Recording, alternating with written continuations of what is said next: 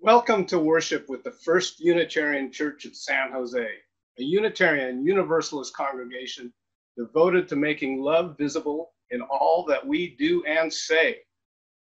I am Monty using the pronouns he, hin, and him. For the newcomers, don't be confused by the various readings and customs of the service. These customs and things have come about to respect and welcome all the people of the very diverse world where we live.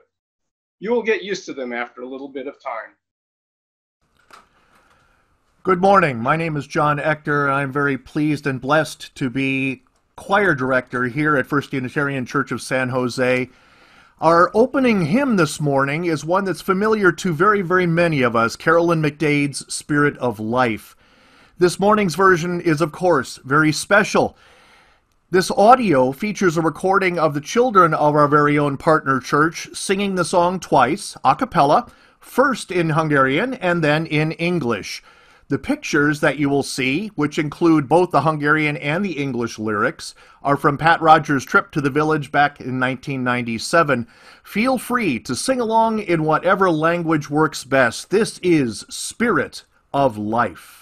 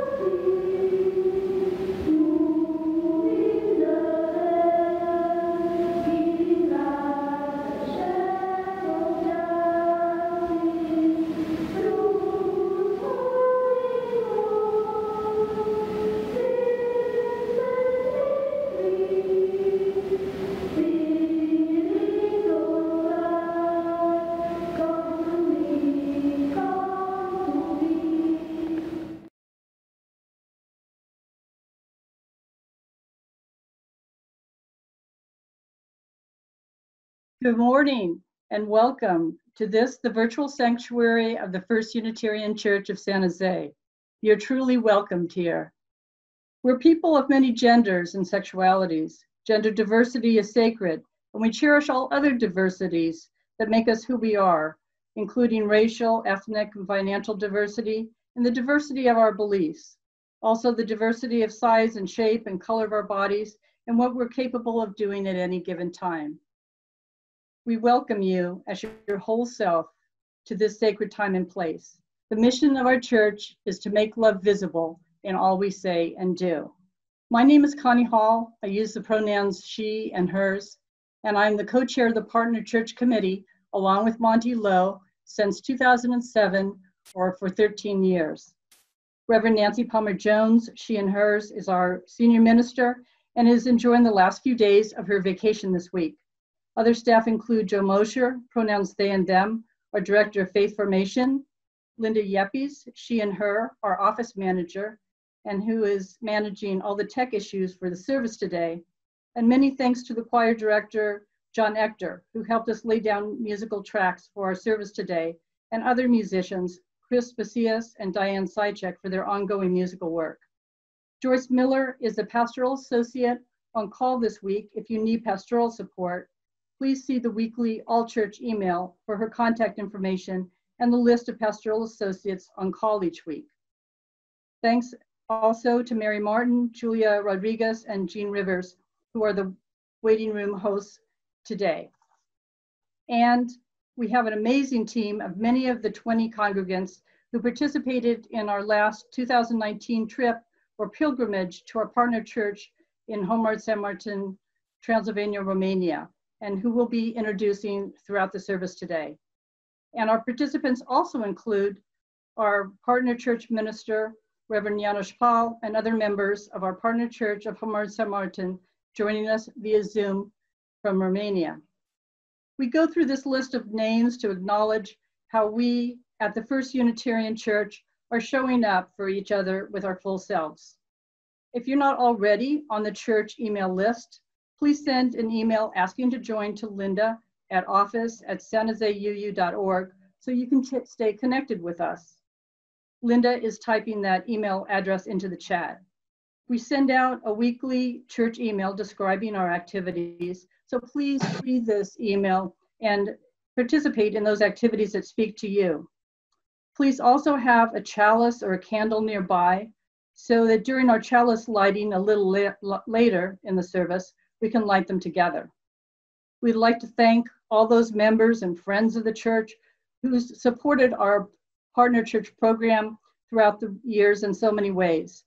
I'd like to especially thank the group of sponsors who donate full or partial scholarships of $300 a year to support the youth of the Homorodzentmarton Church for high school and college scholarships. Through their generosity, we were able to send 6 high school and 2 college scholarships last fall of 2019 to the youth. And this scholarship program has been going on for over 12 years. Also, as just announced, the trip from our visitors from Homorodszentmarton Church to San Jose is now delayed 1 year until the summer of 2022. Other announcements. Every Friday at 6:30 via Zoom, we're working with UU The Vote by writing letters to support social justice issues across the country. For more information on how to join this group and participate even between the Friday meetings, please see the church weekly email and contact Jan Guffey. This Wednesday, August 5th, from 6 to 7, join a webinar with the Amamutsin and other Indigenous people, which our church is co-sponsoring. It's called Protecting Sacred Lands. Registration is required for the webinar, so check the weekly church email for the link. And finally, next Sunday, August 12th, Reverend Nancy returns to lead worship service with a special guest, Osama Kamal, to honor Muslim Appreciation Month. Our connection with our partner church in Transylvania, Romania stretches back now 30 years, from 1990. It's a region that contains most of the 120 Unitarian churches from Romania and Hungary, many founded in the 16th century during the Protestant Reformation. Our partnership began soon after the fall of the Berlin Wall and the collapse of the Soviet Empire, when our partners in Homorodzentmarton were facing new social and economic challenges. I was curious to visit the region, which was newly opened up to the West, and I was able to visit for the first time in 1993 with Reverend Gretchen Thomas, our church's former minister for religious education. Through our church's trips to St. Martin, we have had discoveries about our partners and also about ourselves. And so we've called our trips pilgrimages, because in its better moments, they have gone beyond travel to true exchanges and a quest for deepening for answering deeper spiritual questions. We're trying something new today. After our worship service, please stay in the main room for social hour. Our guest from St. Martin, Reverend Janos, and its president, Eshvan, who visited here in San Jose for most of the summer of 2009, will stay for a question and answer session. And there'll be an announcement after the service to guide us into this informal discussion time. So now, let us settle back into the present moment, take a breath, and move deeper into worship. Usually in our church services, we now ring a bell. Today, the church bells of Homorodszentmarton will make another guest appearance. You're all going to America with me in the camera.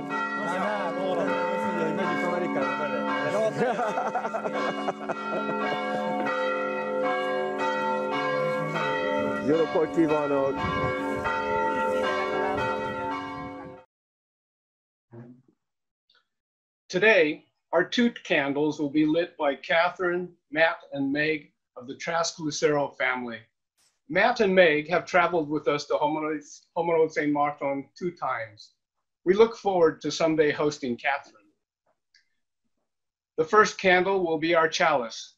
We invite you to light your own candles at home, whether they be real or virtual. We will enjoy a moment of singing by Sorban Iniku, who sang a traditional folk song for us in the village 1 year ago. And while she's singing and after, we invite you to type your location into the chat window.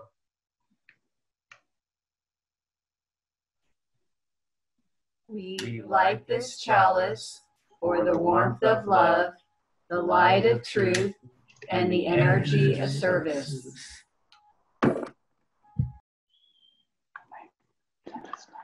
Everyone, I want to sing the people song for you.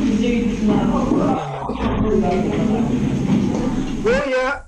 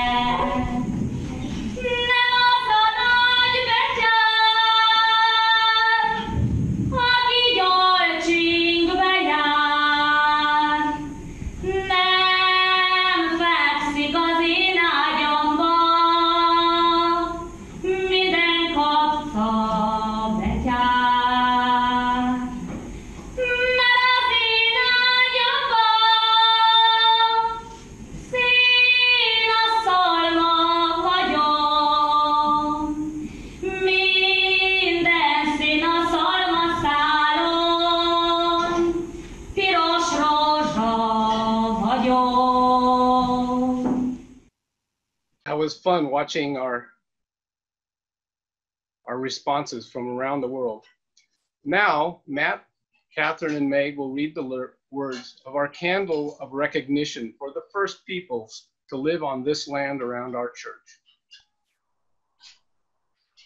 We light this candle to acknowledge that our church building sits on land inhabited by the Tamian people thousands of years before us.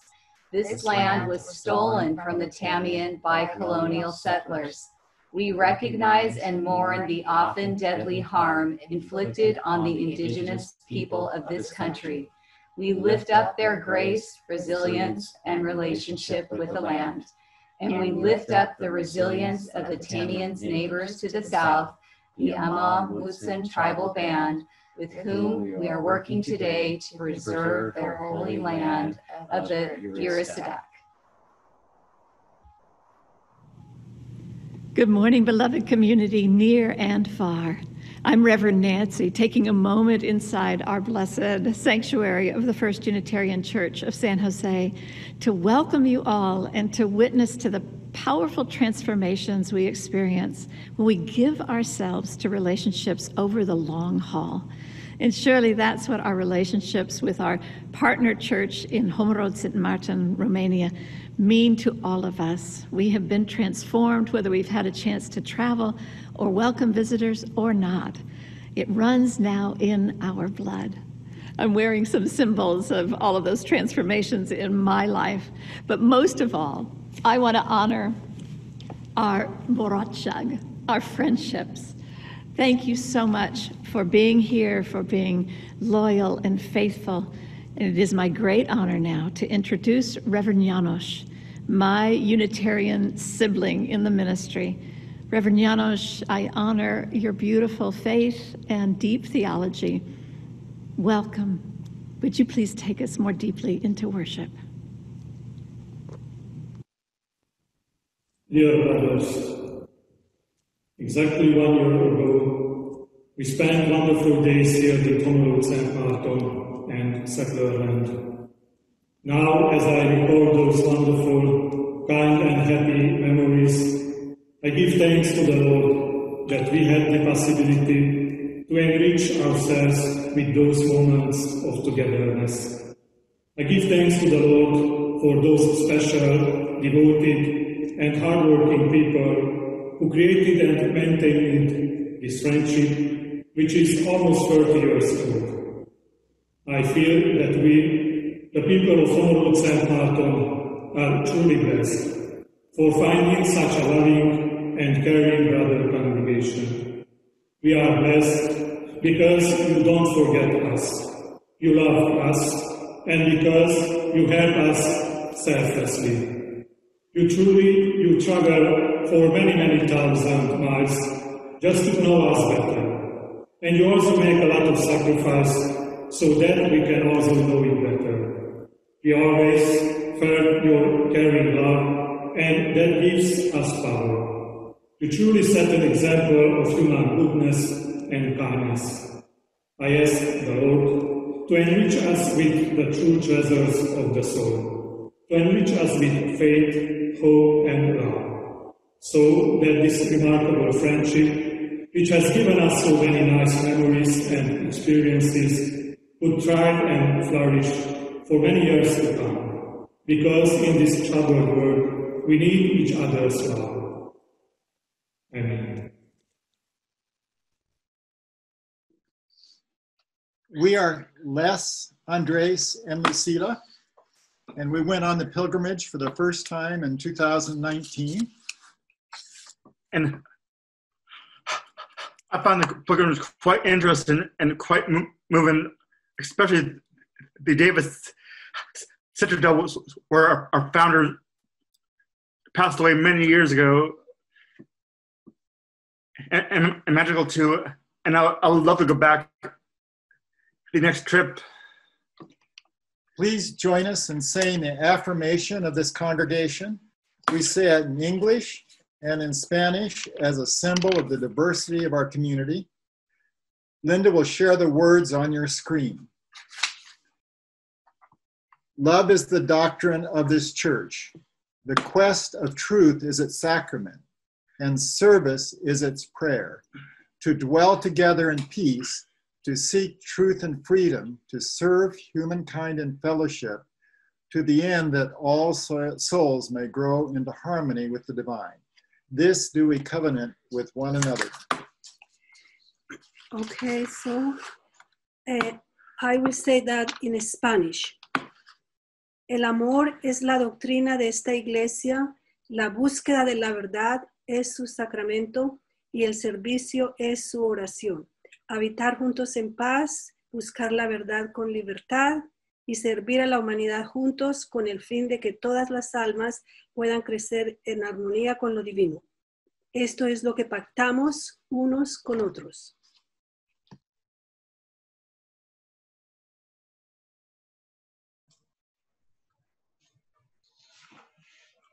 Good morning.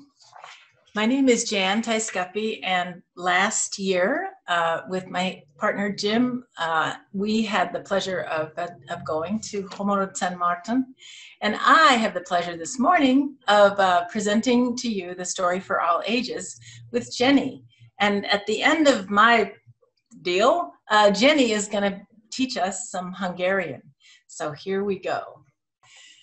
So last year, right around this time of year, right, way before any of us knew anything about the coronavirus and how it would impact our lives, a group of us flew to Hungary and then got to Romania on a bus. Our destination was our partner church, the Unitarian Church of Homorodzentmarton, Romania. The official name of Homorodszentmarton, and I apologize, I did not put that T in there, is Martinez, Romania, if you want to look it up on a map. Where in the world is Homorodzentmarton? So you can see on that little blue line there on the screen that we flew way across the United States and flew all the way to the middle of Europe, basically, and that's Hungary. And then from there, we took a bus over to Romania. It was a long journey. First, we got on a plane, and then we got onto the bus. And when we got there, oops, sorry, wrong way. We spent a few days catching up on our sleep. And we started out in Budapest, Hungary, sorry. And Budapest is a big, beautiful city with the Danube River flowing right through it. And here are some of us on a famous bridge over the Danube River. Here is another view of that bridge in Budapest at night. At night, the big buildings on the side of the Danube River there are lit up. And here is the whole group of us that went on the pilgrimage last summer. We spent some long days on the bus, seeing many interesting things along the way. And we finally arrived in Homorodzentmarton. And here's a field outside the village. So, to get back to the word pilgrimage, you might remember from the title, our pilgrimage to Homorodzentmarton. Have you ever heard this word before? Turn to the person sitting next to you, your mom or your dad or your cat or your dog or your stuffed animal, and tell them, what do you think pilgrimage means? And I'll give you just a minute to talk about it.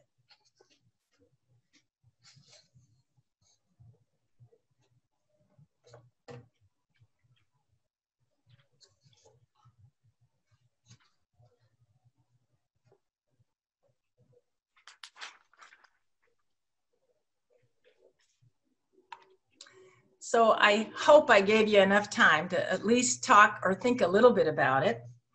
And so I'll read this definition to you, which you can use to add to your own definition that you just did.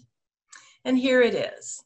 A pilgrimage is a journey, often into an unknown or foreign place, where a person goes in search of new and expanded meaning about their self, others, nature, or a higher good through the experience. It can lead to a personal transformation, after which the pilgrim returns to their daily life. And you can see in this images, on these images, there are many different kinds of pilgrimages. And one of them is a picture of the many people making a pilgrimage to Mecca, one of Islam's holiest sites. A lot of people are there right now making their pilgrimage. In the past, and sometimes now, the word pilgrimage is connected with a religious quest. And this trip to Homorodzentmarton for me was partly a religious quest and a way to deepen my own Unitarian faith, and partly a way to expand my worldview. So you may be thinking, why did we make this pilgrimage to a country so far away from San Jose? Because that area is where our religion was born over 450 years ago. So here's a little background. A long time ago, in Europe anyway, some people had pretty much one way of thinking about religion. There was the Father, the Son, and the Holy Ghost. That was called the Trinity. A lot of people all over the world still believe that way. But in those days, there were a bunch of other rules to think about religion. And if you didn't think that way, you could get into very big trouble. I mean jail and worse trouble. Well, along came Francis David, right in the middle of what is now Romania, the same area where Homorodzentmarton, our partner church village, is. Here he is, preaching to a bunch of important men at that time. And he said that he believed there was just one God, not in three parts, no Trinity. And that is where Unitarian-like unit or unity came from. He was such a good speaker that he convinced the king at that time, King Sigismund, to declare for the first time anywhere in Europe that 4 religions would be okay in their country, not just one. That is, if you couldn't get thrown in jail if you believed in any one of these 4 religions. Catholicism, Lutheranism, Calvinism, and Unitarianism. Francis David, in his search for truth, started the Unitarian part of our religion. So that's why I wanted to go back there, to see those historic spots where Francis David preached and where other people have been Unitarians for 450 years. Not the same person. There's no one there that old. Did Francis David preach in Homorodzentmarton? As far as I know, he didn't. Then why did we go there? We went to Homorodzentmarton because in the 1990s, our church had a partner church relationship with the Unitarian church there. What does partner church mean? That means that we keep in touch with the Unitarians there. We go there to visit, they come here to visit, and we help each other out in different ways. While most people in Homorodzentmarton have cell phones and internet service and cars, a lot of people there still use horses to do their farm work. And there is a lot of farm work to be done in Homorodzentmarton. Here is a farmer hauling hay for his animals. Here are some villagers taking their milk to the milk storage facility in town. I would hear their cart around 7 a.m. So I think that to milk the cows and get the milk into those milk cans and hitch up the horse, the farmers must have had to have gotten up at dark 100. And here is the cow procession. Every morning, someone herds the cows up to where there is nice green grass for them to eat. And every night, the cows are herded back home. They walk down the streets, and every cow knows where their own home is. Hungarian music and dancing is very important to the villagers. It is a way to keep their culture and heritage alive. You might notice that this room looks very familiar.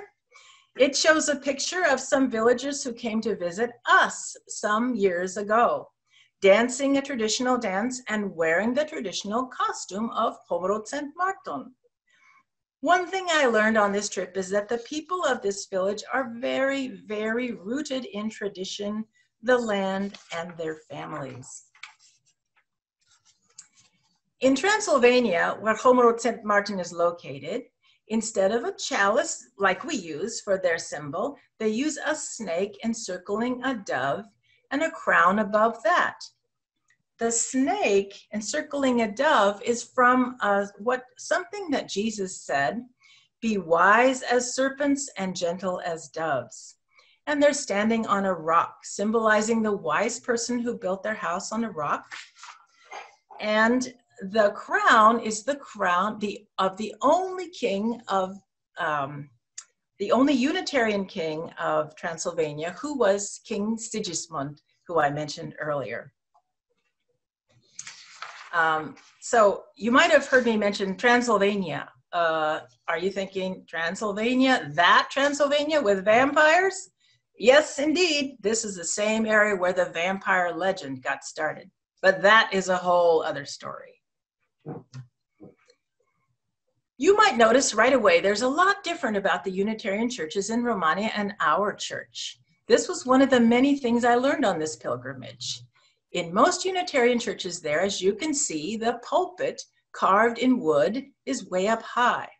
Here is Connie Hall, who was one of the very first people to visit our partner church some years ago. Connie and Monty and Carol Lowe organized this whole trip for us. This is a familiar face, I'm sure, to you, Reverend Nancy Palmer Jones. And the gentleman on the right is Reverend Janos Pal, who is the minister of the Unitarian Church in Homorodzentmarton. You might notice the beautiful wooden carving on the left, which is a traditional art in Transylvania. We were given a beautifully embroidered Transylvanian emblem from our partner church there. Here's Reverend Nancy Palmer Jones displaying it. And at the bottom are some words in Hungarian, which mean one God. Here are Monty and Connie, displaying our gift to the church in Homorodzentmarton, some pictures from their last trip to us made into a table runner by our very talented quilter, Joyce Miller. One thing that they do differently in their churches is that the women sit on one side and the men on the other. In the background, you can see the women's side. Here is a picture of the men's side.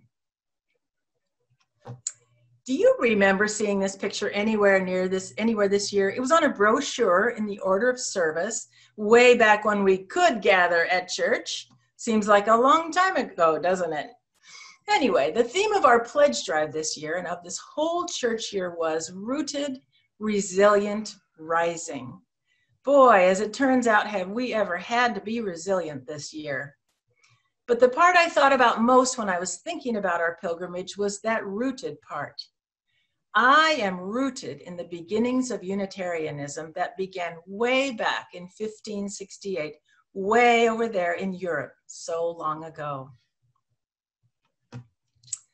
Like the people in this knowledge wheel, the Unitarians in Romania and Hungary have kept their Unitarian faith strong, preserved it, and passed it along to us. I wish I'd taken more pictures of the villagers. They were uniformly warm, friendly, interested in us, and dedicated to Unitarianism, to the search for truth and meaning in this world. What changed for me during this pilgrimage? I learned in a real way about the beginnings of our faith, how daring it was in those times to think differently than others. I learned that Unitarians in Hungary and Romania held their religion steadfast through many trials. I learned that people in the village hold their families and their heritage close and dear. I am so grateful to have been able to go on this pilgrimage to the roots of our Unitarian Universalist faith. After this pilgrimage to where the Unitarians got started so long ago, I feel kind of like this bird, much more rooted and resilient in my faith and more able to rise to the challenges of this world. And now what I'd like to do is I'd like to introduce you to Jenny Krustman, who is going to share with us some Hungarian words so we can learn some Hungarian this morning. And here's Jenny. Sziasztok!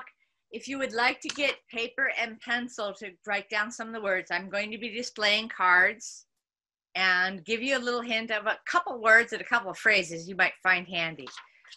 Everything in Hungarian is written in the same alphabet we use, but some combinations of letters are a little different for us.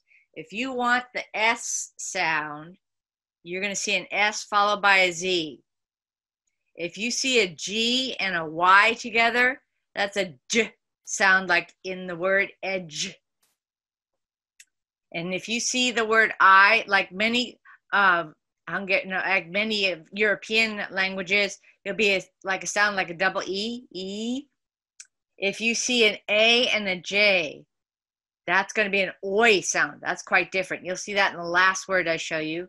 And CS has the same sound as ch, as in chair. Okay, got that paper and pencil? I'll bring everything I'll show more than once so you can see it. First of all, let's say hi. Szia.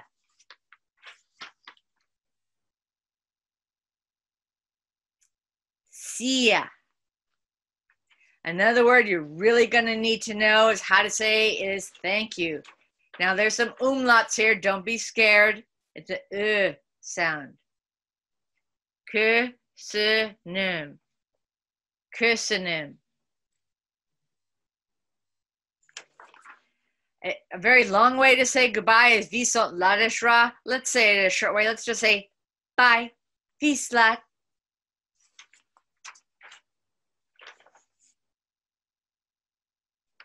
Viszlát. Bye. You can also use that word szia again. That's an also bye word. What was that again? Szia. Here we go.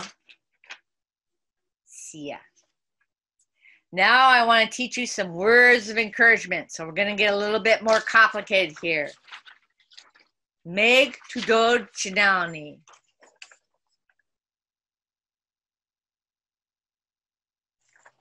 You can do it. Meg tudod csinálni.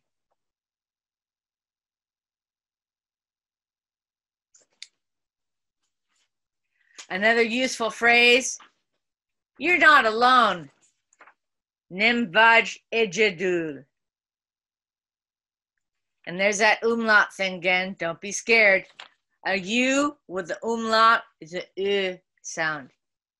And please, people from Romania, from Homorodzentmarton, don't laugh at my Hungarian. I'm trying. Nem vagy egyedül. You are not alone. And another word of encouragement, don't give up. Ne ad fail.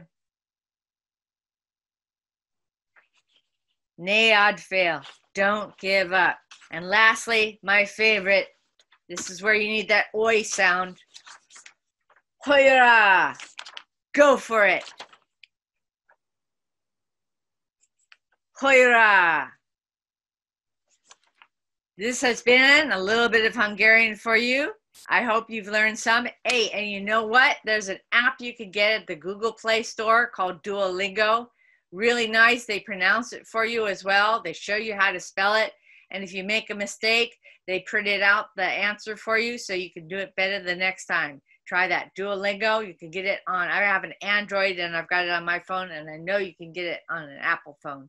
So give it a try. Learn a little Hungarian. So when they come over, you get to say to them, Szia, or Hogy vagy, how are you? Something like that. I hope you've enjoyed this. Viszont látásra, viszlát.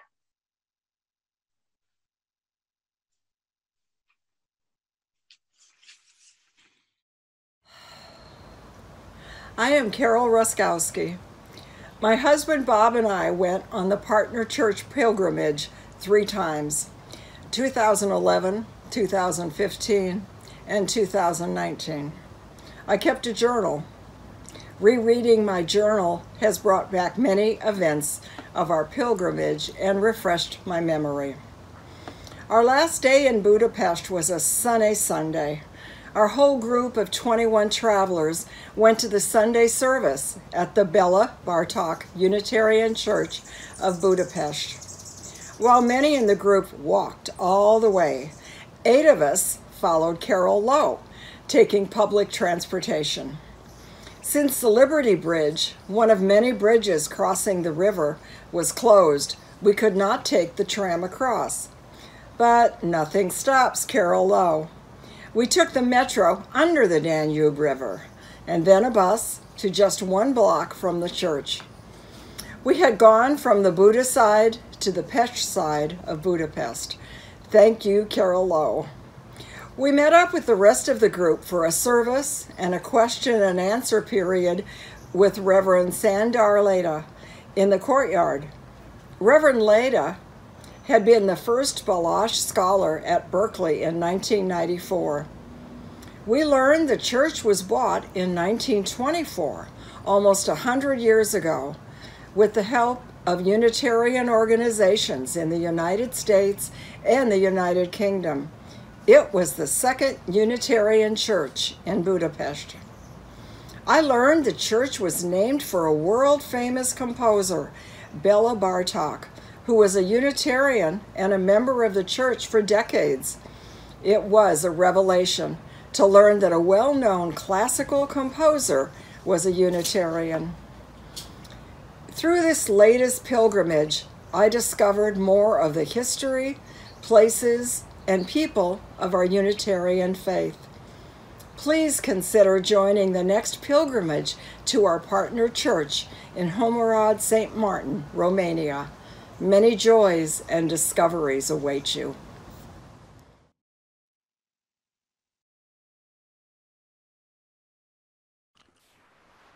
For our musical offering this morning, I present 2 choral folk song settings by Béla Bartók. The first selection is from his 1932 6-movement Székely Songs for Male Choir, which was Bartók's last transcription of folk tunes for choir. These folk tunes were transcribed by Bartók in Transylvania and represent the folk music traditions of the Székely people of that region. The last movement, the title is translated as "Do a Dance, Priest." Suffice it to say, this is very, very challenging choral music. Next, we will hear the fourth and closing movement of Bartók's large-scale choral work for unaccompanied professional mixed chorus for Hungarian folk songs, also from 1932, though there is actually a hidden fifth song appearing in this final movement.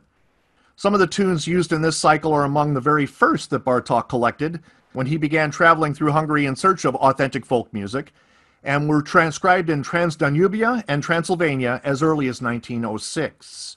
This final movement, entitled Love Song, is complex in both polyphonic texture and density of voices, and divides into as many as 8 separate choral parts.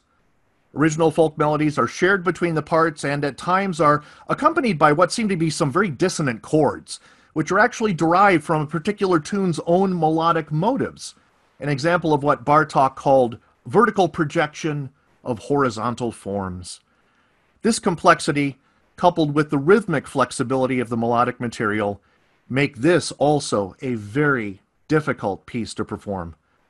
Please enjoy these 2 Bartók choral folk song settings performed by the male chorus of the Hungarian Army and the Slovak Philharmonic Choir, respectively.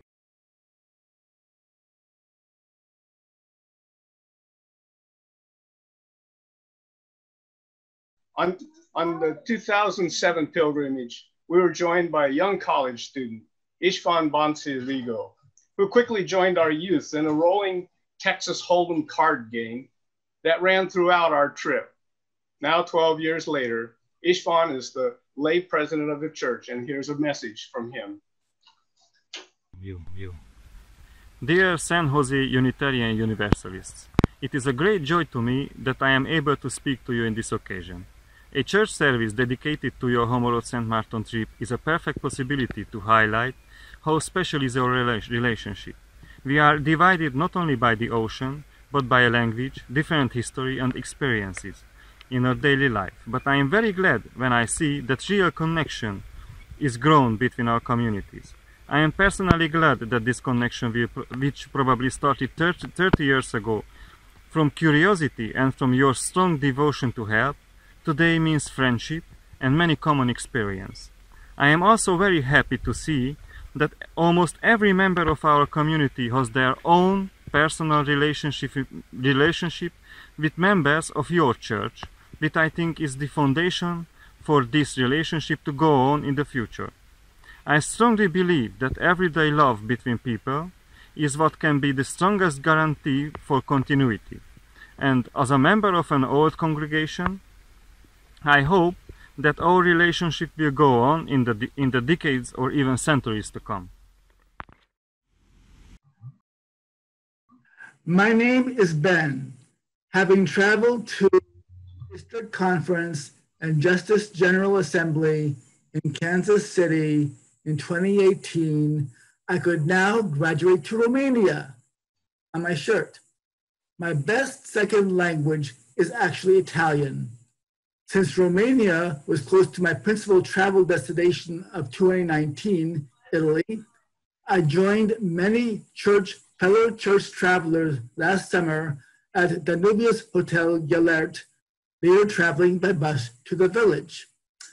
I did not stay in Friendship Hall with most people, but instead stayed by myself in a house owned by Kovac Tunde. And Monty, please show her picture. On the other side of town. My hostess was gracious and hospitable to me. By car, she would always pick me up at my house, transport me to the hall, which I think we saw a picture of, in the morning, and then back to my house at night after dinner upon my request. Toward the end, after I learned the general layout of the village and where my house was located in relation to the hall, and feeling a bit adventurous, I decided to walk home by myself during broad daylight and spare my hostess an unnecessary trip. Through the interpreter, I told her my plans and began my walk. I crossed the stream. Monty, please show the bridge. My main reason for going by myself, and reached the road where their house was located. Moments later, I saw her car and Tunde gestured me to climb in. I was amused by the situation and overcome with her concern about me. She, of course, knew how to find me and offer assistance. Did she know I don't like walking too much? She drove me the last 200 feet to my destination, and I said, "Kusunam," or thank you, to her. As a small token of appreciation at the end, I gave Tunde, a mother of two, a picture of me and my own mother. I also like needlework, and so I brought my current knitting project to the village loom lady, Cheka Elza. Please show her a picture, please, as a show and tell. When we met, she took my needles and instinctively completed a row for me as I stood holding the skein. What a deal! I was blessed with her expertise. Thank you. We first met Camelia Sorban in 2015 when she provided a homestay for the Ruskowskis. We fell in love with her then. It was Cami who organized a fundraising effort to help the Olaf family who recently lost their home in a fire. Here is her reflection. Hi, I'm Cami from Homorodzentmarton. Some of you know me, some of you don't. So I'm a 2 children's mother, married, and 3 years ago I was lucky enough to can go to California. And for that I want to thank you, Reverend Janos, and the villagers, because they sustained me. I have 2 flower shops. We tried to make a donkey farm, but because of this COVID, it's not working yet. Like I said, 3 years ago I was in visit in San Jose, and here I want to give special thanks to Monty. And I was lucky enough to be hosted by 2 families, wonderful families, Bob and Carol, and Jim and Madeleine. Thank you again.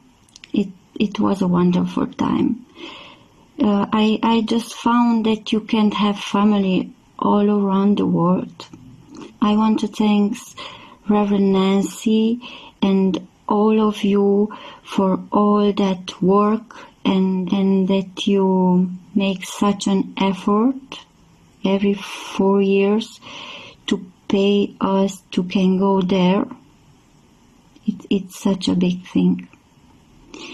And last year, one of our friends, family friends, have their house burned in a fire.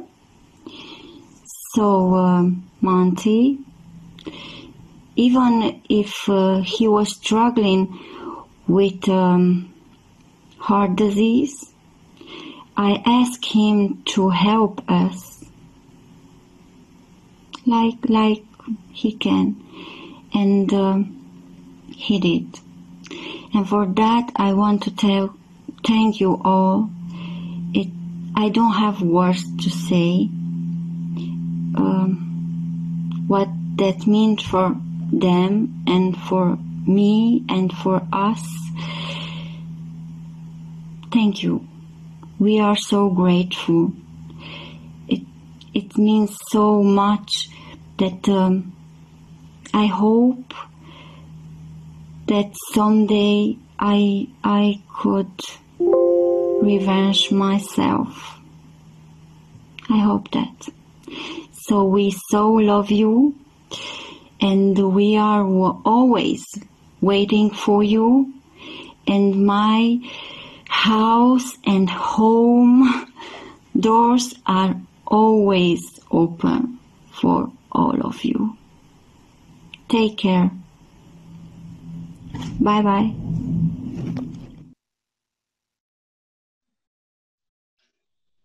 Thank you, Cami. Now is the time in our service we invite contributions that help our ministries to grow and thrive. Linda will post the URL for how to donate through our website.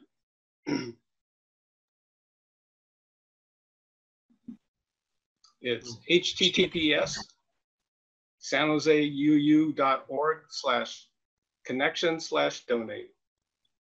You can also simply go to our website, sanjoseuu.org, click on the donate button on the top right of our homepage, and then choose Sunday donation from the list to make your offering via PayPal. Of course, we appreciate your checks to be sent to 160 North 3rd Street, San Jose, zip code 95112. To give you a little time, we'll play a video of Saz Isabella singing in the Homorodzentmarton church to us 1 year ago.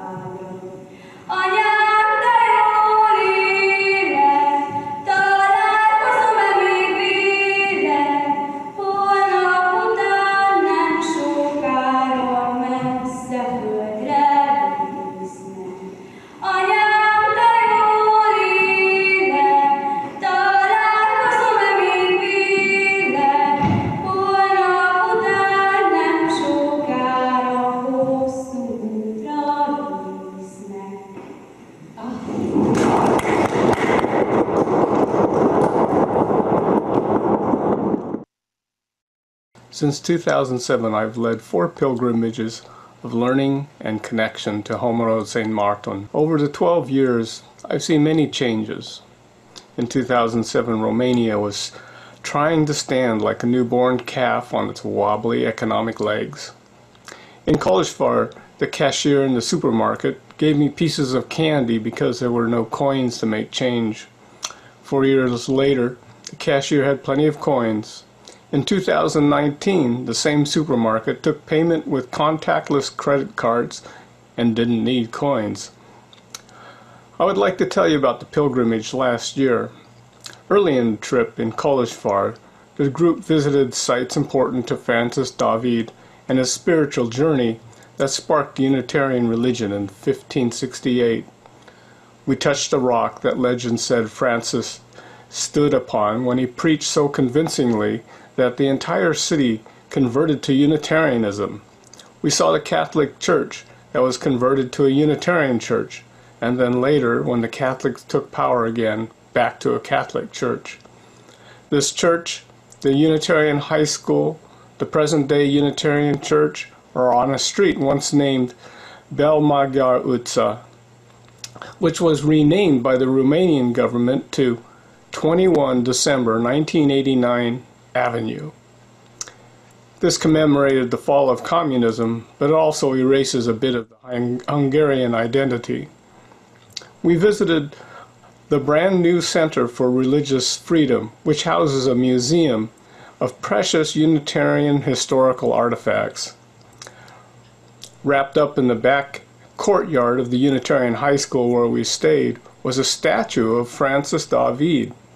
As Reverend Shandor, one of our speakers at Kolozsvár, said, he is resting before an eternity of standing up next to his church. A couple of months after we left, the statue was installed next to the Unitarian Church of Kolozsvár, looking across the street right at the doors of the Center for Religious Freedom. It is nice to see a measure of reclaiming the street for the Hungarian Unitarians. We were a witness to Francis David's symbolically coming back to life, which was fitting for this part of the trip. Moving on to the village of Homorodzentmarton, I saw more changes. Nowadays, fewer families maintain farms, so there are fewer cows on the street. There are fewer horse carts clip-clopping down the street as we walked along. We also mark the time with the passing of many dear friends and the tally of new babies. What has not changed is the hospitality of our friends in the village. In 2007, they took us in with open arms without ever having met our new group of San Jose pilgrims. Connie tells me it was the same as the first time they had contact in the 1990s. This trip's no different with our group of 21 people. We had a record of 13 people staying at people's homes in the village. We were quite a challenge for our hosts, since our group had an array of mobility limitations, medical conditions, and dietary restrictions. Many families contributed their labors and their talent to host our group during the busy summer months. Our meals were cooked on the spot in the youth center by a small army of villagers with homemade items and ingredients. I think it's true that it takes a village to take care of a group of San Jose Unitarian Universalist pilgrims. Our itinerary in the village was planned by Reverend Janos and Juji. Juji has some changes for our itinerary, partly because she did not want to take us to the same sites as previous trips, and partly because she has gotten to know us a little bit better over the years. On earlier trips, we had been taken to sites like the medieval castle town of Segesvar or Brand Castle. This time, we were taken to Homorodszentmarton cave region along the small river in a narrow gorge. We were followed by a long line of cars filled with villagers and a small box truck. Out of the box truck came tables and cooking gear.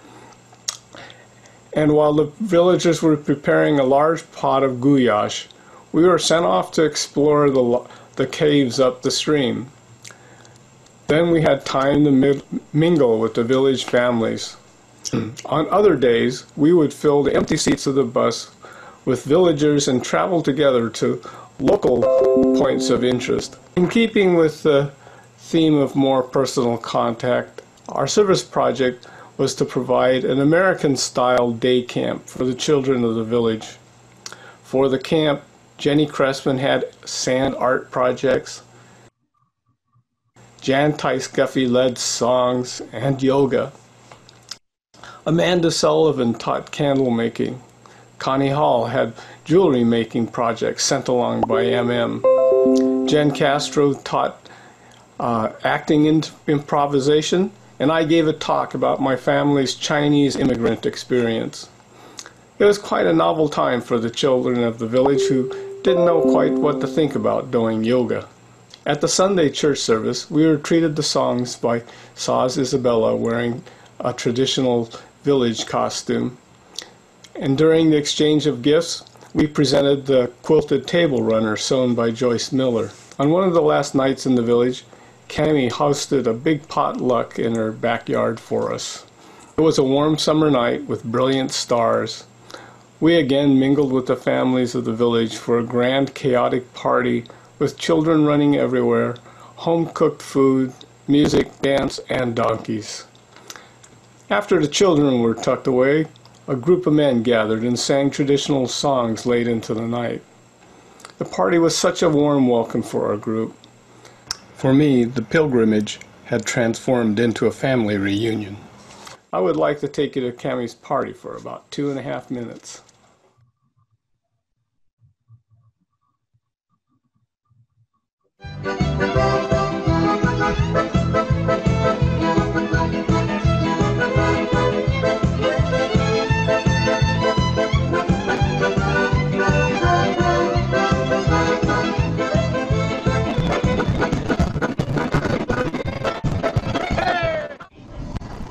Look at this.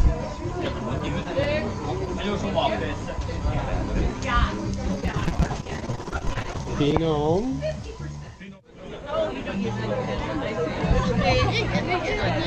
We found the start. And Joseph. Yeah. I didn't know it was the vodka that was bad because, like, how bad could vodka really be? But I kept it in the freezer and I would make a drink with it. Every time I made the drink, it's like, this doesn't taste quite right. Maybe it's the other things I'm using. And finally, for my birthday. That is from the sheep. Right. It's quite good. Smile. It's good now. Chemical flavor.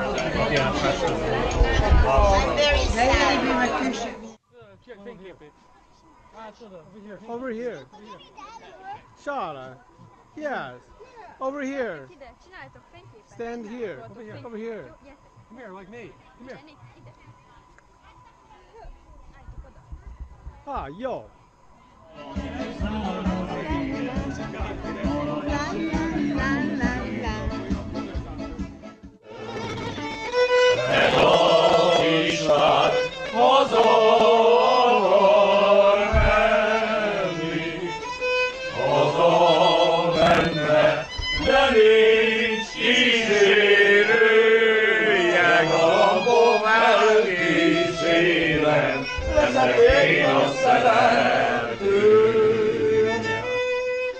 I wish there was more time to tell you about our experiences in the village. I'm only covering half the things we did. Sadly, we had to move on from the village and catch our plane back in Budapest. In another change to our past itineraries, Zsuzsi suggested we take the southern highway to Budapest and spend the night in Deva. On these longer bus rides, Reverend Nancy and I would read to the San Jose pilgrims from Gretchen Thomas's book, Walking in Others' Shoes. These stories told of the harsh conditions during the communist era, particularly for the Hungarian Unitarians. In the castle town of Deva, we were hosted by Reverend Zoltán Kopandi Bensidi, or Zoli, where we stayed at the Unitarian apartments and the Methodist church apartments. Reverend Zoli told us that when Prince John Sigismund II died, Unitarianism lost its protector. For not renouncing his beliefs, the new rulers imprisoned Francis David in the Deva castle until his death in 1579. Early in the morning, Reverend Zoli took us up the hill to the base of the castle. Overlooking the green valley below, Reverend Zoli told us about Francis David's life and the yearly Unitarian gatherings at the castle to honor Francis David. He led us in a prayer and sang hymn number 43 from the Transylvanian Unitarian hymnal. Here in the shadow of the castle, Reverend Zoli showed us the bright light of Francis David's spirit that burns today in the hearts of the Transylvanian Unitarian, and our pilgrimage, which began in Kolozsvár, where Francis David birthed Unitarianism, fittingly ended here in Deva at the site of his martyrdom. Even though this was my fourth pilgrimage, it was still a journey of discoveries. I must acknowledge our spiritual leaders that have been guiding the San Jose Partner Church experience. We say hi to Pat Rogers, who was an early pioneer of the Partner Church movement, while a member of the First Unitarian Church of San Jose. She joins us from Washington State and is still active as the U.S. Partner Church Council's chat coordinator. We recognize Reverend Gretchen Thomas, who joins us from Fitzroy, Australia. Gretchen is the author of the book Walking in Others' Shoes, which we read on the bus. She was the former religious education minister here in San Jose, and she's one of the founders of the Partner Church movement, starting way back in 1997. We recognize Reverend Joseph Kazoni, who joins us, I believe, from Budapest. We recognize Reverend Gellert Emery, who is the minister in Homorodszentmarton before Reverend Kazoni. Reverend Gellert's daughter, Dr. Judith Gellert, was also instrumental in creating the Partner Church movement, and she traveled with our San Jose group to the village during the early years. We recognize Reverend Lindy Ramson, Reverend Kurtzby Bala, who was the minister of the Homorodzentmarton Church after Reverend Kazoni. We recognize Reverend Joseph Sambat Fowley Jr., Reverend Jeff Rimosidas, Reverend Nancy Palmer Jones, Reverend Orban Erica, Reverend Naj Adel, Reverend Palyanos, and I also want to acknowledge Connie Hall, who was an active member in the early partner church days too, here at First Unitarian Church, and is an active member today as the co-chair of the Partner Church Committee. And I have to recognize all the people back in the village. Thank you very much.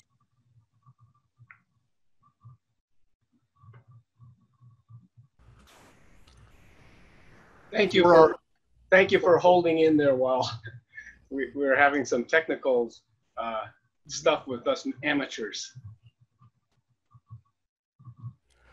For our closing music today, we feature a recording of Reverend Zoli singing the first verse of hymn number 43 from the Transylvanian Unitarian Hymnal. It's a hymn of thanksgiving entitled Adjunct Halat, or Let Us All Give Thanks. The hymn is attributed to Ferenc David, but was actually written by 16th century reformer Huszár Gál. The impromptu performance took place just over a year ago on July 31st, 2019, at the base of Devos Citadel, with more than a few folks that you may recognize. This is Adjunct Halat, Let Us All Give Thanks.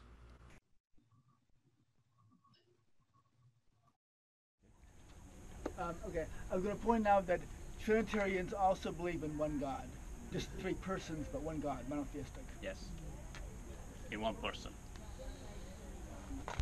Is there a movement of the Unitarians to go to the Pope and ask for forgiveness? No. To acknowledge it? No. Why not? No. Why not? They don't believe in his blessing. They don't believe he represents God. It's not a blessing, it's a historical event that should be reparation. I think they will need to make this step, not us. The Catholics. Oh, really? Why? We have a song from Francis David in our hymn book, number 43. I will try to sing that song. Oh, okay. Big audience here. Yes. It is in Hungarian, of course. It's about a holiday. I am supposing it's about the Thanksgiving, and with his words, he's just thanks to the God for this opportunity, for this gathering. And I think we can thanks to the God for this gathering, for this pilgrimage. Adjunct halat minnyájon, halas szívvel vidáman, a felettünk valónak, az egyetlen egy Istennek, aki egybe gyűjtött minket, hogy ünnepnapot szenteljük, és szent igéjével éljük.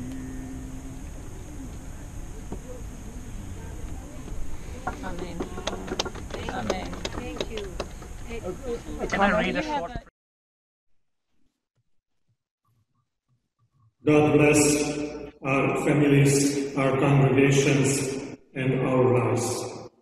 Isten áldjon.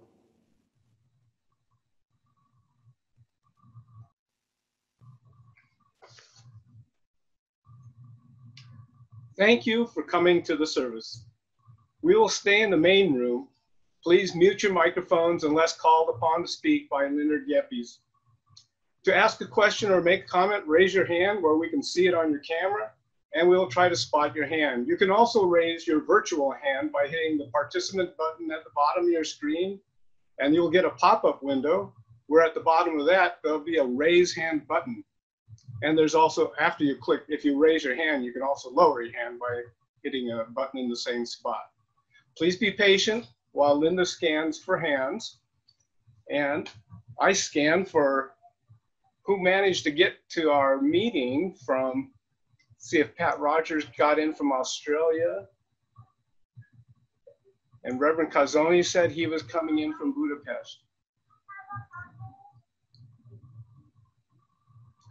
So Linda, you can, if people are raising their hands, you can highlight them.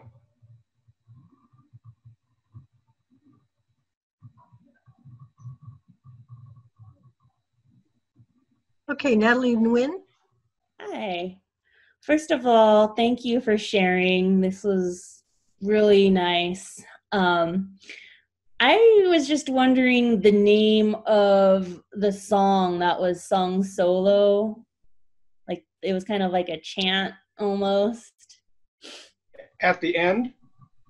No, towards the middle, it was sung solo by a woman. Ah, yeah, Iniko's song. I don't know the name of that song. Okay. All right, thank you. Madeline?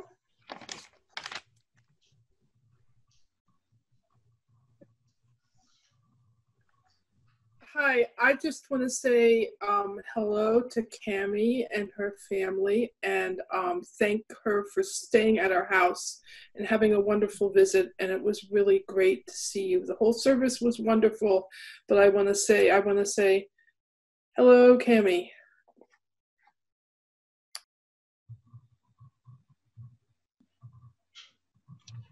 Jenny Redfern.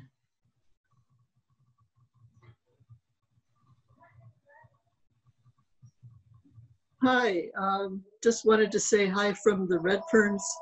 We visited Homorodzentmarton in 1996 together with Pat and Doug Rogers and Zizi Gellert, and had a wonderful time. And since then, if you've ever seen the cabinet in the room next to Hattie Porter Hall, where we have all of our Transylvanian dolls, we set that up several years ago to hold the keepsakes that the wonderful people in Homorodzentmarton have shared with us. So kuzenum to them for all of those gifts. Yeah, thank you, Jenny, for donating that. And it's gotten so full of things, we almost need a second one, but they've given us so many wonderful things every time we visit there and they visit here. Beautiful handiwork. Reverend Janos here? Bob and Carol Ruskowski.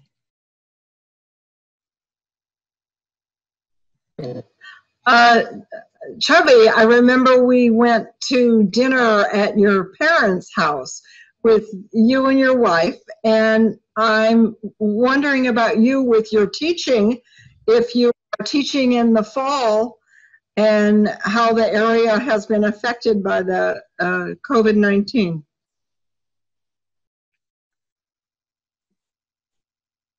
We are teaching online too. Did you hear it? Oh, did you hear me? Yes. So it's online teaching in Romania. Yes, we heard you. And also, does your dad still have his cows? No, he sold it. Okay. He sold it. Uh-huh. He had a disease and he needed to sell it.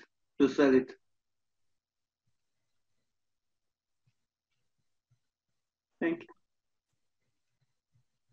Okay, Jan Tice Guffey. Hi, yes, along that lines, I was just wondering how the virus has impacted the village and the general area. Anyone could answer that, I think. Is Janos here or? Yuji's got herself unmuted. Yes. So nice to see you, Yes. Yuji. I can't hear you though. How do you spell the name? I can unmute. Yeah, D-S-U-Z-S-I. Hi, Jan. Oh, Jan, hi. can you hear me? Yes, Hi. So we don't have problems here in village with the virus.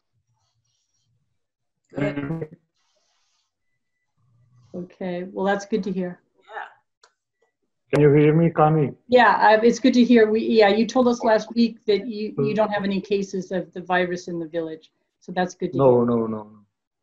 Thank you. Are you keeping people out, or yeah. people just coming and going, or how's that working? Sorry, that's two questions. She wondered if you're on any certain kind of quarantine situation, or how are you working to try to keep the village healthy?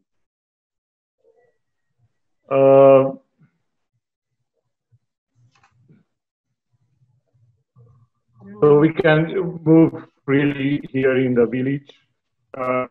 If we go in a building, we have to wear those masks, I think.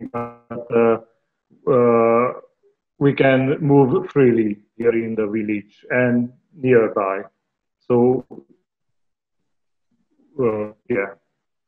Good. Glad to hear that. Okay, Ishvan.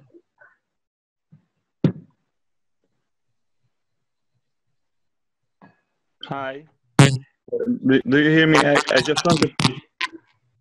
Hi. We can hear you. Can you hear me? Yes. Yes. Okay. I just wanted to say hello to everyone and tell that I'm present and I can answer any questions. At first, I didn't write my name in, so probably nobody knows that I'm here. Okay. Okay. Thank you. Okay. Thanks for joining us, Ishwan.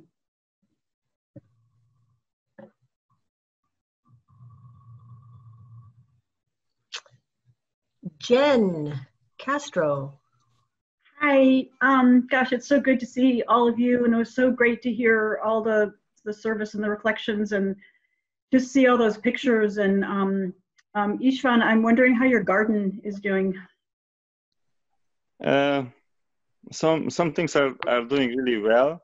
Other things, we had a really rainy spring, so I had a part which was underwater in the spring, but the rest of the things are good, are just great. And at the back part of my garden, there have been water. Thank you, Ishwan. Ishwan was here with us in San Jose during the summer of 2009 for, what was it, almost 3 months? And after the university, you studied here a little bit, internships, organic farming, and you continue to have organic farms in your farm in Homorodzentmarton.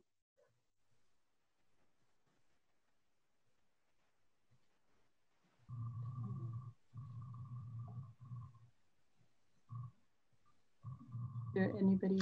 Anne Rosenzweig.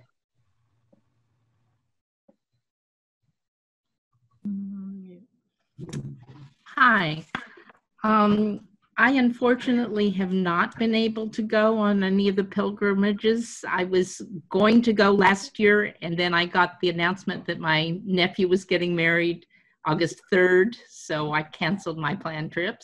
But I wanted to share that I actually was in Romania many, many years ago. My father had a scientific conference in Moscow in 1966, and we went to that.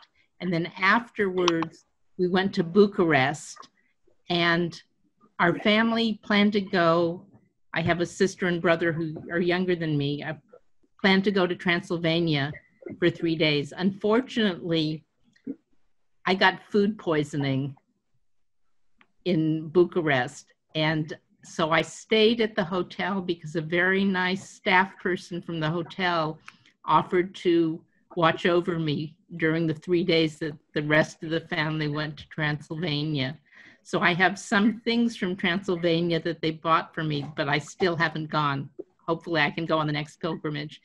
But I do remember very fondly my time in Bucharest, and especially the care that I got. I really got quite sick, and the woman who was watching over me actually called the doctor to come to the hotel room. And, you know, in a then communist country, there was no charge for it. And there was just great care. I really was taken care of very well. And my parents were extremely grateful when they came home to know how well I'd been cared for by the staff of the hotel and the doctor who came to see me. So hopefully next time we go to Romania, I'll be able to go.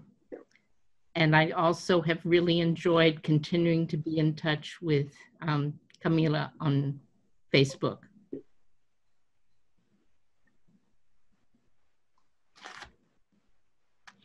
Bob and Carol. Cammie, I wonder if your children are nearby and they could come on and say hello to us, and also your mother, Elizabeth.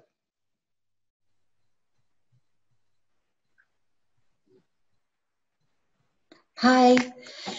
They go to sleep because it's 11 at night here. Yeah.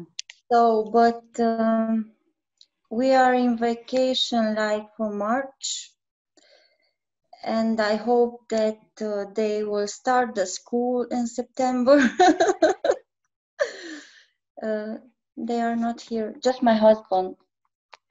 Well, he could say hello. Yeah. Hello.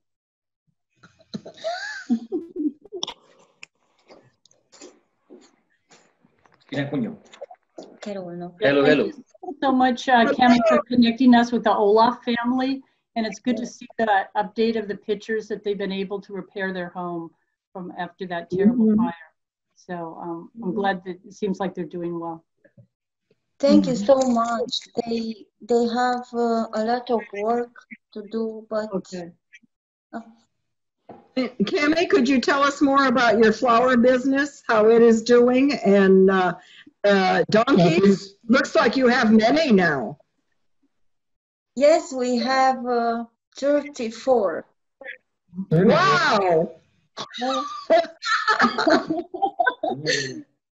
But with the virus, we stopped because I'm afraid the milk is, I don't know. I'll wait that the virus disappear, and after we will work with the farm. And the flower shop's going better than regular, so it's okay. The next person would be Madeline. Madeline, Jan, and then Monty. Okay. I want to ask the people in Homorodzentmarton, how long have your children been in virtual school, and how hard is it on working parents? What kind of economic issues has Romania been running into with the virus? What questions?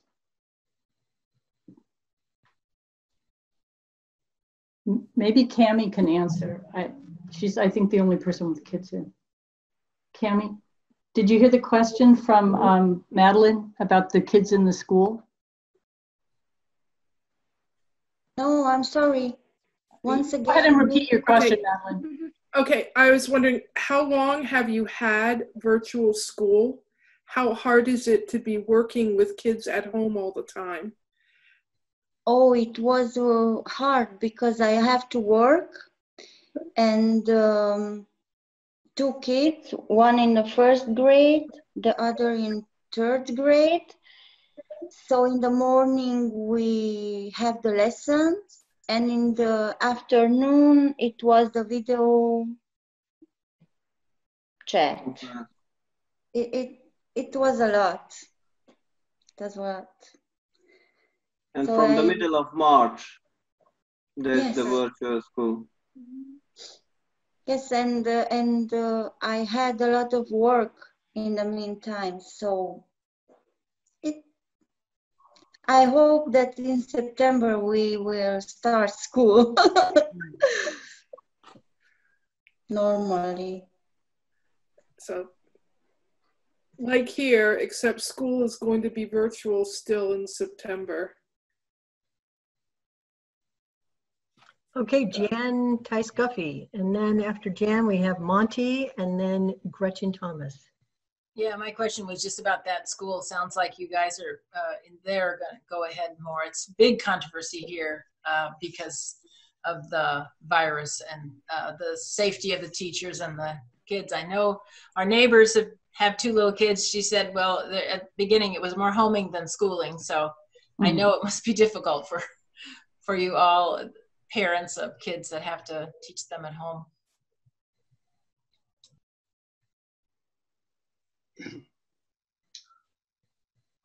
My turn? Yes. Okay, I'm glad you have Gretchen on the list because I was going to ask her some questions. But before I do, I wanted to show the whole group these pictures that might have flashed by very fast. Can you see that? That's a picture of the Saws family. And these are from 1992, one of the first trips. On the right is Barna, and he's holding Reika in his hand. And then these are the first pictures, some of the first pictures taken by our group in the village. And in 2017, we visited again. Then, oh, it wasn't 17, sorry, the pictures from 2017. And then we have a picture of, this is Reika being held by her great-grandmother. Pictures taken by Pat Rogers. And this is a picture of Reika with her baby. So it's a span of 5 generations. I thought that was just such a great picture, couple of pictures. But anyway, I want to ask Reverend Gretchen, how are you doing?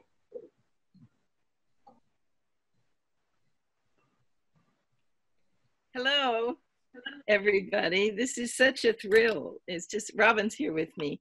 We're doing all right. We're having a hard time in Melbourne in particular. And so we've just gone into a huge lockdown for 6 weeks to see if we can stop our rising numbers of community contagion and deaths. Not nearly anything like you're suffering in California, though. So we think of you every day. I just wanted to add a little bit about those very early days. Robin and I visited Homorodzentmarton for 4 days in 1991, and it was 1 month after the first elections that had been, really were free elections there for more than, well, I don't know the history of elections before then, but it was a huge change, and it was a chaotic visit. All of Transylvania was in an uproar, a wonderful uproar. And Joseph Kazany who was on the call, but I think he may have gone to bed. I'm not sure. I lost him when I was looking just now. Was the minister then. And when I came back from that trip, which I really took on a whim, the church didn't have any commitment at all at that point to being a partner church. But when I got there, I realized I needed to pretend like we did because, you know, the idea that someone would just drop in from North America was an impossibility and a bit of an insult too. So I came back and just said, well, I've committed ourselves to doing this. And what we did was we made a a partner church committee that was 3 people, Pat Rogers and me, and the third person changed off and on. At one point it was later it was Connie. And as my memory is that Jenny Redfern was very active back then too. Patty. Yeah, but you mean Pat Rogers? No, there was another Patty, I'm forgetting her last name, but. Yeah. So we would have a committee of 3 people, and then we recruited everybody from the church we could to be capital F friends of the committee. And whenever we wanted to run something, we'd say, you know, you're really a special committee member now. You've got to spend a month doing nothing but this for us and for the partner church. And people would pitch in and do it. And that's the way we did it for all through the 1990s. Joseph came to visit he was the first Transylvanian to come visit San Jose. I think it was in 1993. And that really started things off. I mean, he and I visited 9 churches in the Bay Area, and every one of those churches became a partner church after that. He was there for a month. It was during the year when it was the 100th anniversary of the building. And so he was part of all those celebrations. He went back and said, we're going to do this thing they do in America. I don't understand it. It's called a committee. We're going to have a partner church committee. And that meant that there were like 6 of us who could, go back and forth. And when I think about that, and what you're doing today, where there are people in San Jose and in Homorodzentmarton who are in constant contact with each other, and that it involves almost every single person in the Homorodzentmarton church, that is what, to me, is an ideal partnership. And I just, because it allows you to really care for each other and for specific people that you really know well, and it includes everybody. So I think, what you've done over the last 30 years is just remarkable. Personally, being part of the partner church movement really changed my ministry. And it also changed my faith, my personal faith.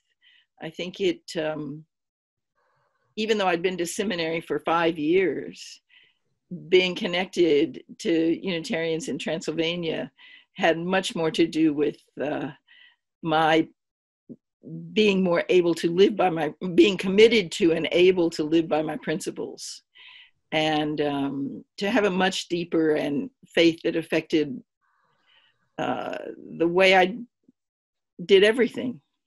So that's the great gratitude that I have for it all. I just think of all those people that you've helped get, the children you've helped get educated, and the connections that you have that are so ongoing. And I'm really in awe of what you've done. The big thing that I hoped when we moved from San Jose to Europe because of Robin's job changing. Well, first we went to Canada and then to Europe, and now we're in Australia. And Robin's job keeps changing. But the thing I hoped for most was that this would be an ongoing effort, that it wouldn't be an interest of a particular group of people who, when they did things like move to Canada or to Europe, that those connections would be broken. And you've really, really managed to do that. And I just want to thank you from the bottom of my heart. And I know that all the people in Homorodzentmarton do also. And Joseph, if you're here, you should say hello, but I bet it's quite late there. And they drove a long distance to come back in time to do this call back home in Budapest. So they were just on vacation. So I have a feeling he's gone to bed. All right. Thank you, Monty. Thank you, everybody, for doing this today. It's really been a thrill. Well, Gretchen, we thank you for your inspiration for all this, and we're very happy to continue it because it's a worthwhile thing to do, both from the villagers' side and from our side, and it continues, and it was an important thing. So thank you. And Joseph is on. So do you want to go Yes, ahead? I am. Yes, I am. I forgot. Can you hear me? Yes, we can. Okay. Okay. So I came back home from my summer holiday just for this meeting and for this wonderful your morning service. And it's splendid to be with you and recognizing some wonderful faces. And watching this morning service, my memories went back to the early 90s. Excuse me for this, but this is how my brain is working at this time. So it was in 91 when Gretchen came to visit us, and I think that we made a good first step for all of us and for all of you, because this is still working and this is amazing. After 29 years, you are having a wonderful relationship. You are very, very lucky being paired with Homorodzentmarton and San Jose. And the Gretchen, it was in 92 when I went over visiting for the first time. That was an early trip for me.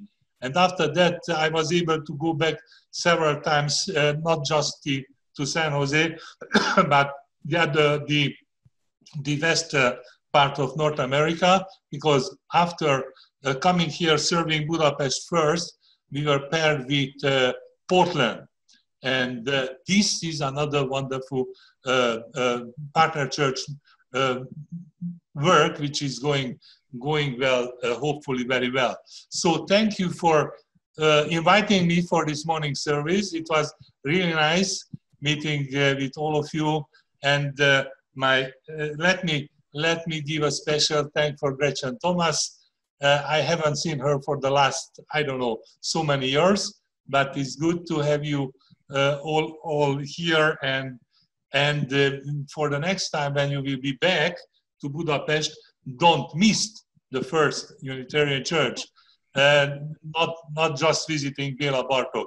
That's a wonderful congregation, good church, but come and visit us as well. I will be working at the end of this year, but just let us know when you will be able to come for the for the next time, and I will be there.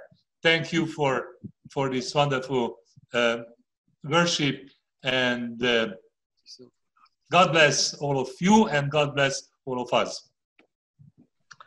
Thank you, Joseph. Thank you. I have a question here in the chat. It says, I'd love to hear from others how their visits affected their UU faith. Similar question to Reverend Gretchen, and this is from Marla.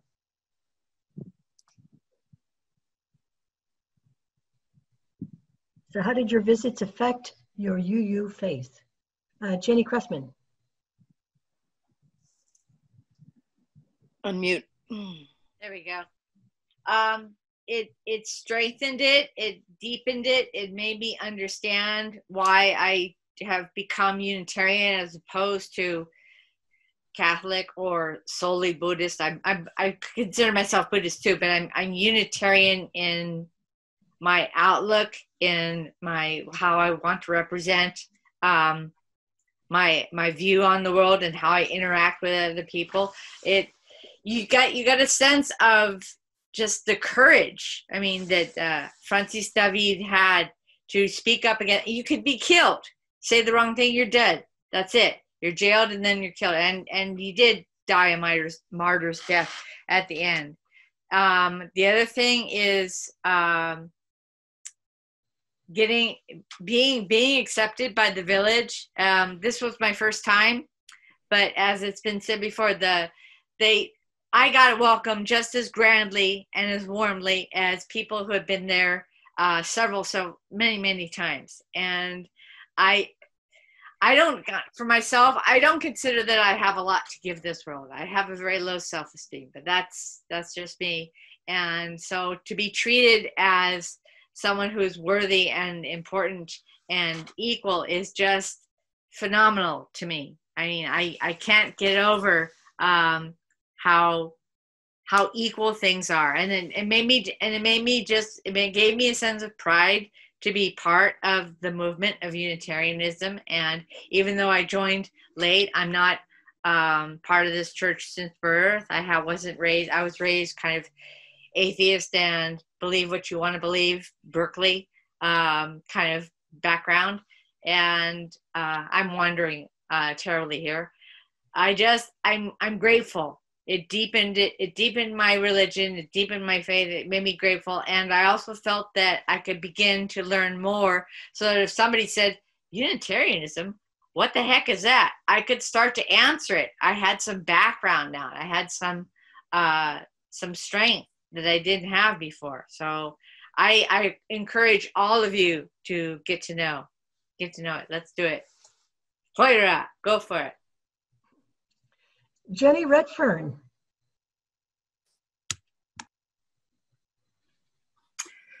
Well, I'm glad to see Joseph Kazany again, and I hope your wife and family are well too. The trip that we took to Budapest and then on to Homorodszentmarton with the Rogers and with Zizi opened my eyes to as a contrast to what I had seen other, particularly American-style religions do with people in other countries, which was to proselytize. And of course, we don't have to proselytize with the Unitarians in Homorodzentmarton because they're already on the same page. But even so, I realized that our views of the religion were not exactly the same. We respected each other enough that we could talk about that and worship together and not feel that we were in conflict. It really confirmed for me that Unitarians try their best to view other people as their equals and not as some lesser group of people that has to be convinced of something. And that confirmed for me that I was in the right place. And really that's it. It really confirmed for me that this is the right spiritual home for me. Thank you. Oh, I wanted to say something to Cammie. Your donkeys reminded me of Eddie Murphy in the movie Shrek. He played a donkey who looked just like your donkeys.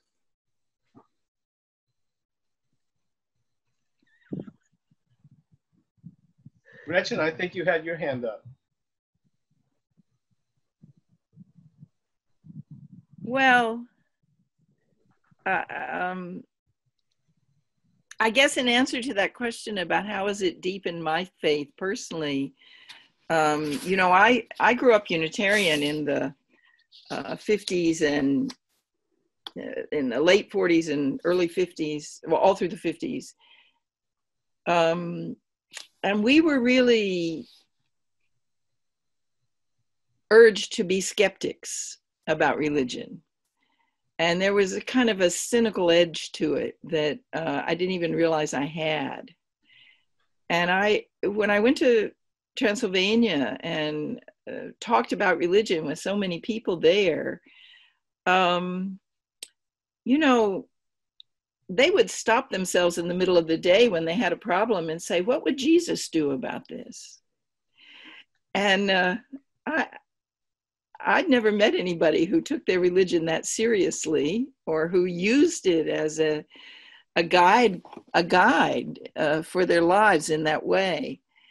And the thing was, they had been living in such oppression under Ceausescu, that under the Ceausescu government, that their lives really were at stake.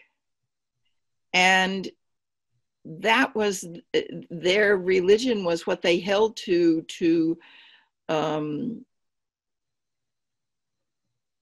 continue to be honest, and to hold together as a community, to be able to trust each other in times when nobody trusted each other. You didn't dare to, because you might end up in jail or worse.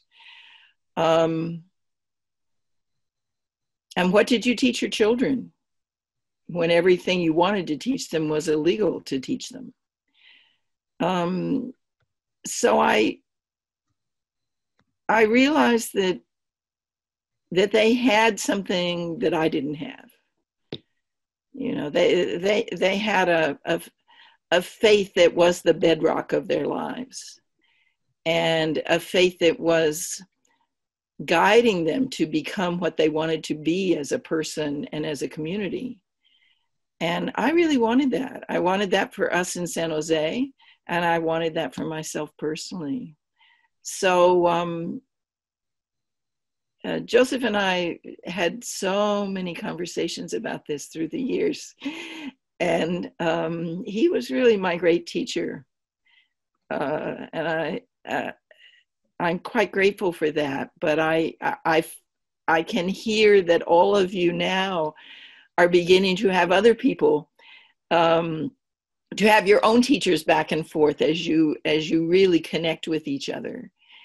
And I think of all those Transylvanian ministers who've come to the Bay Area, one every year for all these years, and what you've been able to learn from them and what they've been able to learn and take back to their congregations and their partner church connections. It's really a wonderful thing. So I probably would have stayed that cynical person if it hadn't been for the partner church movement. And I'm so glad I didn't. Hi, Joseph. Okay, love to Maria, love to the girls. Thank you. Gee, thanks everybody. Thanks for staying online and listening, and thanks for doing this. Connie Hall. So Reverend Gretchen, I just have to echo once again our thanks from San Jose for you traveling to St. Martin so far back in 1991, and for writing the book, Walking in Others' Shoes, that Monty's holding up. It's been so great for us to read it and reread it. We always kind of make it required reading before we make a big trip over there, because unfortunately we usually can only stay for about 2 weeks. And that way we can kind of hit the ground running and be a little bit more sensitive to another person's culture and everything else before we arrive. Monty does most of the organizing of the trips, but now we've had over 100 people travel in the large trips, and there's been smaller things that have gone in between. Some of them have been, a lot of them were youth at one point, but anyway, it's really enriched our congregation, and I thank you once again for that connection and writing the book. And also, Reverend Janos is an author as well, and he's written these books, scholarly works of the Unitarian religion during the communist period, and I'm so glad that that information is not getting lost and is being written from the Transylvanian perspective too. And I hear you have another book that you're writing now. So you know, I've never written a book, but it's such a labor of love. So anyway, thank you again, Reverend Gretchen and Janos and Reverend Joseph, and you know, the people that have really been working day to day to make all this happen. Thank you. Monty Hall. I'm Monty Hall. That's good enough. Myself. Hall and Monty and Connie Hall are co-chairs. I do want to mention that Gretchen Thomas is we have a bunch of these books left, and Gretchen is giving us a big discount on them. And we'll donate a bunch to some of the locals back in Romania at the Unitarian Church headquarters, because they use them and hand them out. And we'll have copies if somebody wants to buy one, or if you don't want to buy one, we'll have a lending library too. I also just want to mention, on our first trip in 2007, I see Colleen Cabot's on the screen. We ran a parallel pilgrimage that went to South Africa at the same time as we were in Homorodzentmarton. And when we were in Homorodzentmarton, we built a labyrinth that's in front of the church now. And Colleen and their group built a labyrinth in a village in South Africa. So Colleen, you might say a short few words about your trip. Oh, wow, Monty, I was so much in Romania. You just dragged me to Africa. Yeah, we had 16 parents and kids go to visit South Africa because one of our parish families was working there, the Souders. And it was an incredible experience. I mean, I'm just kind of what am I thinking of? I'm putting together just how important it is to visit and be with other cultures. Our 8 kids who went with us, it changed their lives. Changed all of our lives because South Africa was so brutalized. And people told us their stories, and the kids soaked it up, as brutal as it is. And I know that Meredith Larson and my daughter Melissa and all those kids were just incredibly galvanized by that. So, and it was wonderful to know, because we could even be we tried to be in touch with you guys, I think, with our cell phones. And as you were building your labyrinth in Homorodzentmarton, we were building a labyrinth, and I'm trying to remember exactly where we put it. I remember Zach Blitz was helping you out. Zach, he was, that's right. Yeah, Lori's son. So I'll have to dig that out, and I'll send you all a picture of a labyrinth in South Africa. So thank you for reminding me of that, Monty. Liz Owen had her hand up.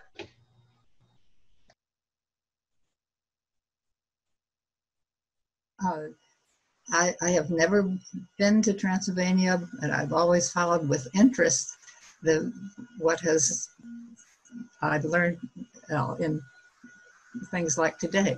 But the thing that still is uppermost in my mind when I think about Transylvania is the strudel that Jenny Redfern initiated here, and which has become a part of our annual tea, and which is delicious.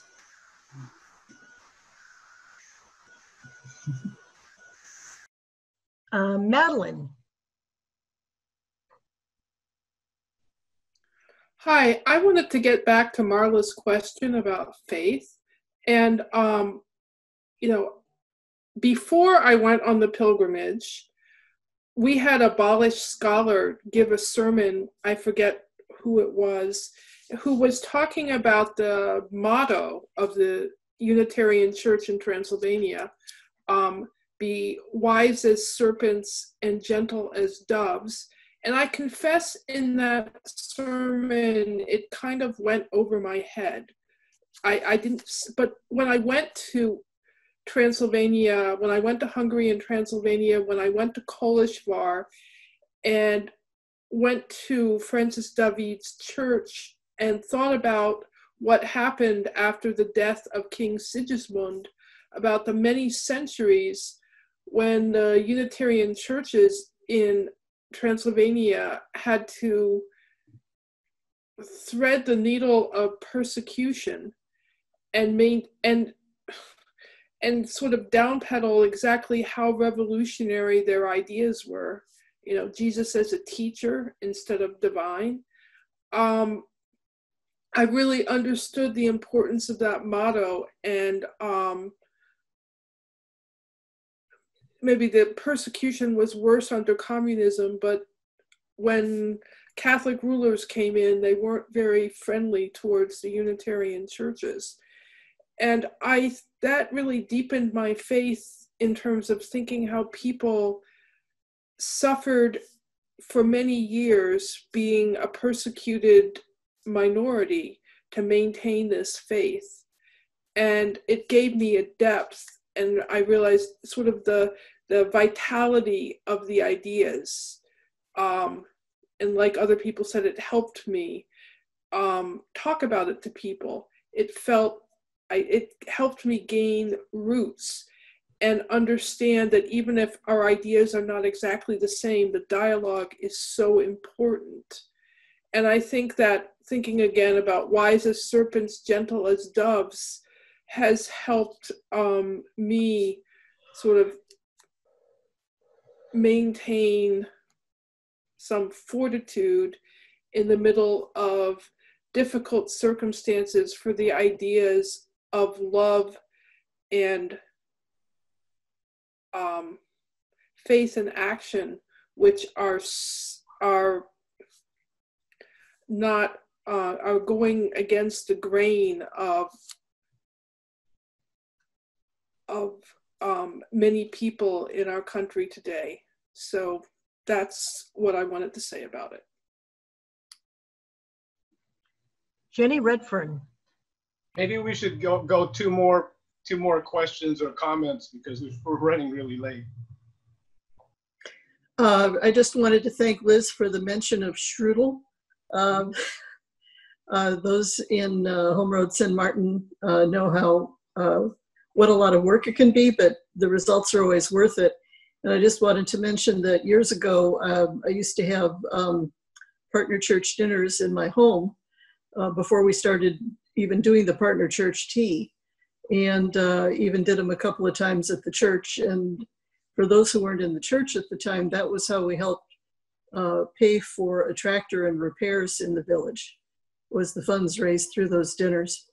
So this has been going back and forth quite a long time. And Gretchen, hi. I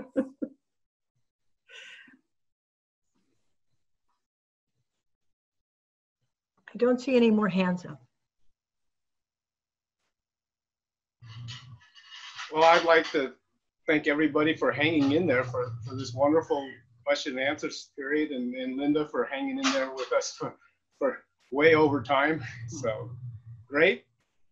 Thank you all. God bless. Oh, hi, Barna. Thank his parents, Barna. Hi, Barna.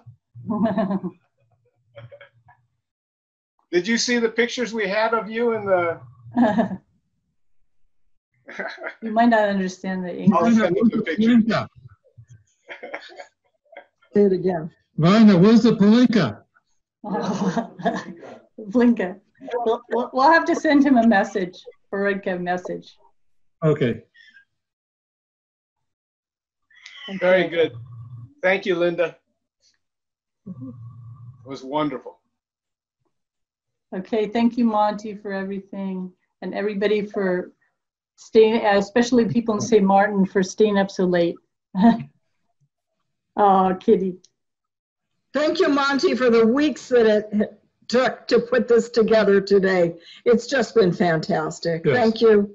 Terrific. Okay, I'm going to sign off, and when I sign off, this all goes poof. Okay, thank you so much, Linda. You're exceptional. I wish you all a wonderful Sunday. Thank you for a beautiful service. Take care, everyone, and all our friends from afar. Bye-bye. Bye-bye. Bye.